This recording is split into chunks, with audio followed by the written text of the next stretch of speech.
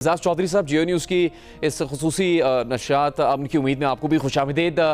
ये कहा जा सकता है कम से कम कि जो इससे पहले मुज़ाकरात के दौर होते रहे ईरान और अमेरिका के दरमियान ओमान में और स्विट्ज़रलैंड में, उसमें जेरेड कुशनर और स्टीव विटकॉफ अमेरिकी वफ़द की नुमाइंदगी कर रहे थे। उससे कहीं ज़्यादा तैयारी से वफूद इस्लामाबाद में मौजूद हैं, उससे कहीं ज़्यादा संजीदगी के साथ।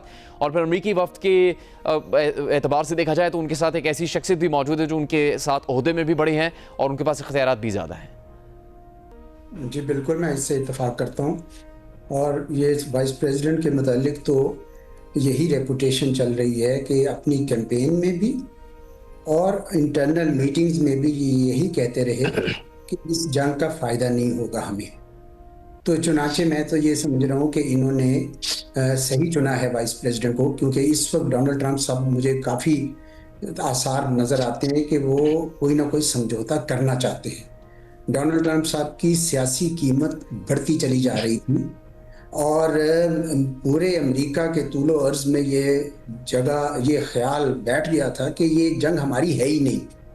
और डोनाल्ड ट्रंप से खुद कहते थे कि मैं जंगें रुकवाता हूँ, मैंने 8 जंगें रुकवाई हैं, तो ये क्यों जंग कर रहे हैं।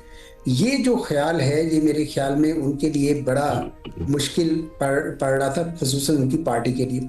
दूसरा मेरा ख्याल है जो उन्होंने बूट्स ऑन ग्राउंड की बात की थी कि अपने जनरल्स को कन्विंस करने की कोशिश की, 3 को फायर भी कर दिया इंक्लूडिंग आर्मी चीफ, तो बात बनी नहीं, कोई तैयार नहीं हुआ उसके बाद।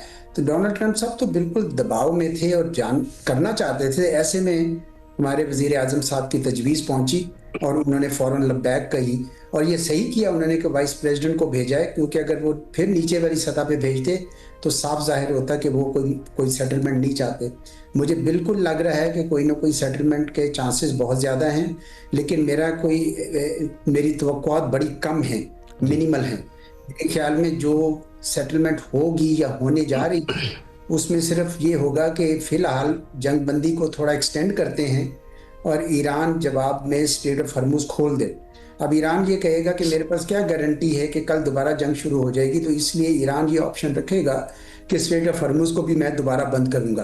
तो कुछ इस किस्म का फ़िलहाल वो प्रोग्राम बना के बाकी टाइम टेबल बन जाएगा कि और जितने मामलात हैं जिनमें न्यूक्लियर प्रोग्राम भी है और जिनमें इकोनॉमिक सैंक्शंस जो लगी हुई हैं ईरान पे, या जो लेबनान है, या दूसरे तीसरे जितने भी नुकात हैं उनके 15 और इनके 10, उनके ऊपर बातचीत जो है मुझे लगता है कि जारी रहेगी। आज सब कुछ नहीं हो सकता, लेकिन अगर ये मुज़ाकरात की डोर टूटे ना और आगे मज़ीद बातचीत करेंगे उन चीज़ों के ऊपर, कम से कम इन कॉमन मिनिमम डिनोमिनेटर पे बात कर लें कि जंग बंदी की तोसी और स्ट्रेट ऑफ हॉर्मुज़ को खोलना, तो मैं समझता हूँ कि ये भी कामयाबी होगी इन मुज़ाकरात की।